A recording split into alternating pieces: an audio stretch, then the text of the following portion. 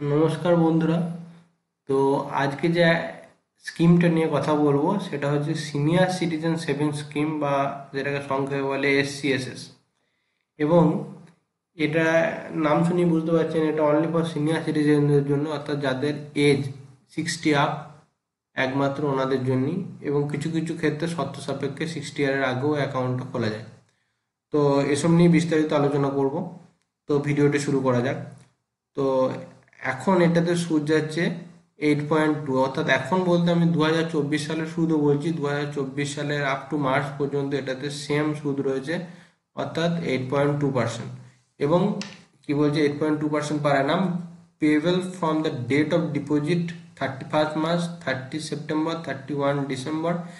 অর্থাৎ আপনারা যে কোয়ার্টারলি যে সুদটা পাবেন সেটা কখন কখন পাবেন সেটা একবার দেখে নিন। 1 এপ্রিল পাবেন, 1 জুলাই পাবেন, 1 অক্টোবর পাবেন, আর 1 জানুয়ারি পাবেন।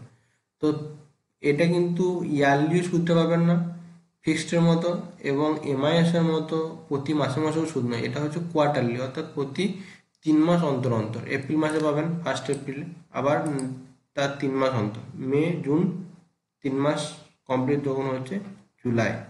ঠিক আছে, 1 এপ্রিল, মে, জুন, জুলাই আবার পাচ্ছেন, তারপর আবার অক্টোবরে পাচ্ছেন, তারপর আবার 1 জানুয়ারিতে পাচ্ছেন। তো এইভাবে কিন্তু এখানে সুদটা দেওয়া হয়, তো কোয়ার্টারলি সুদটা দেওয়া হয়। এবং এখানে কি না, মিনিমাম অ্যামাউন্ট কত ডিপোজিট করা যায়, মিনিমাম অ্যামাউন্ট যেটা হচ্ছে যে 1000, এবং 1000-এর মাল্টিপলই এটা করতে হয়। এবং ম্যাক্সিমাম কত করা যায়, ম্যাক্সিমাম হচ্ছে 30 লাখ করা যায় সিঙ্গেল পার্সনের জন্য কিন্তু। বুঝতে পারছি? অর্থাৎ সিঙ্গেল পার্সনের ক্ষেত্রে 30 লাখ আপনি কিন্তু অ্যাকাউন্টে জমা রাখতে পারেন।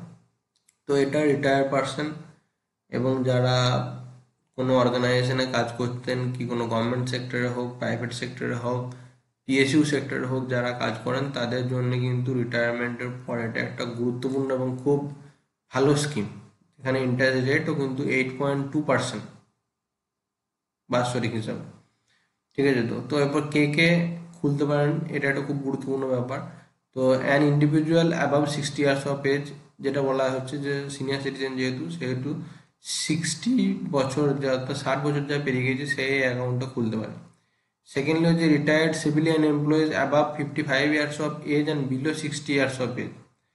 তো রিটায়ার্ড যারা সিভিলিয়ান এমপ্লয়িজ, অর্থাৎ যারা ভলেন্টারি রিটায়ার নিয়ে নিয়েছেন, 55 বছর বয়স যাদের কমপ্লিট হয়ে গেছে, তারা কিন্তু শর্ত সাপেক্ষে এই অ্যাকাউন্ট খুলতে পারেন, কিন্তু তাকে অবশ্যই রিটায়ার নিয়ে নিতে হবে। ঠিক আছে, subject to condition that investment to be made within the 1 month of the receipt of the retirement benefit. আচ্ছা, তো এখানে হচ্ছে যে রিটায়ারমেন্ট বেনিফিট যবে থেকে আপনার চালু হলো, তার 1 মাসের মধ্যে আপনাকে কিন্তু এই এই স্কিমটাতে ঢুকতে হবে, এটা কিন্তু এর condition.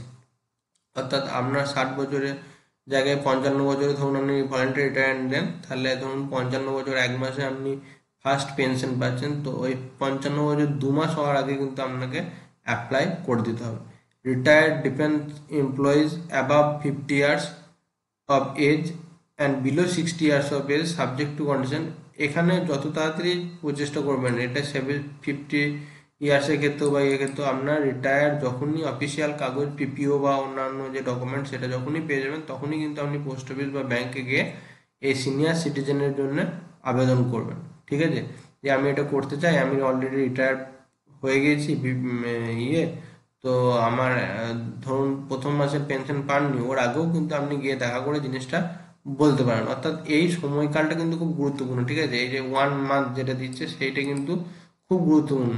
Receipt of the retirement benefit, অর্থাৎ রিটায়ারমেন্ট বেনিফিট পাওয়ার 1 মাসের মধ্যেই কিন্তু আপনাকে এই অ্যাকাউন্টটা খুলতে হবে।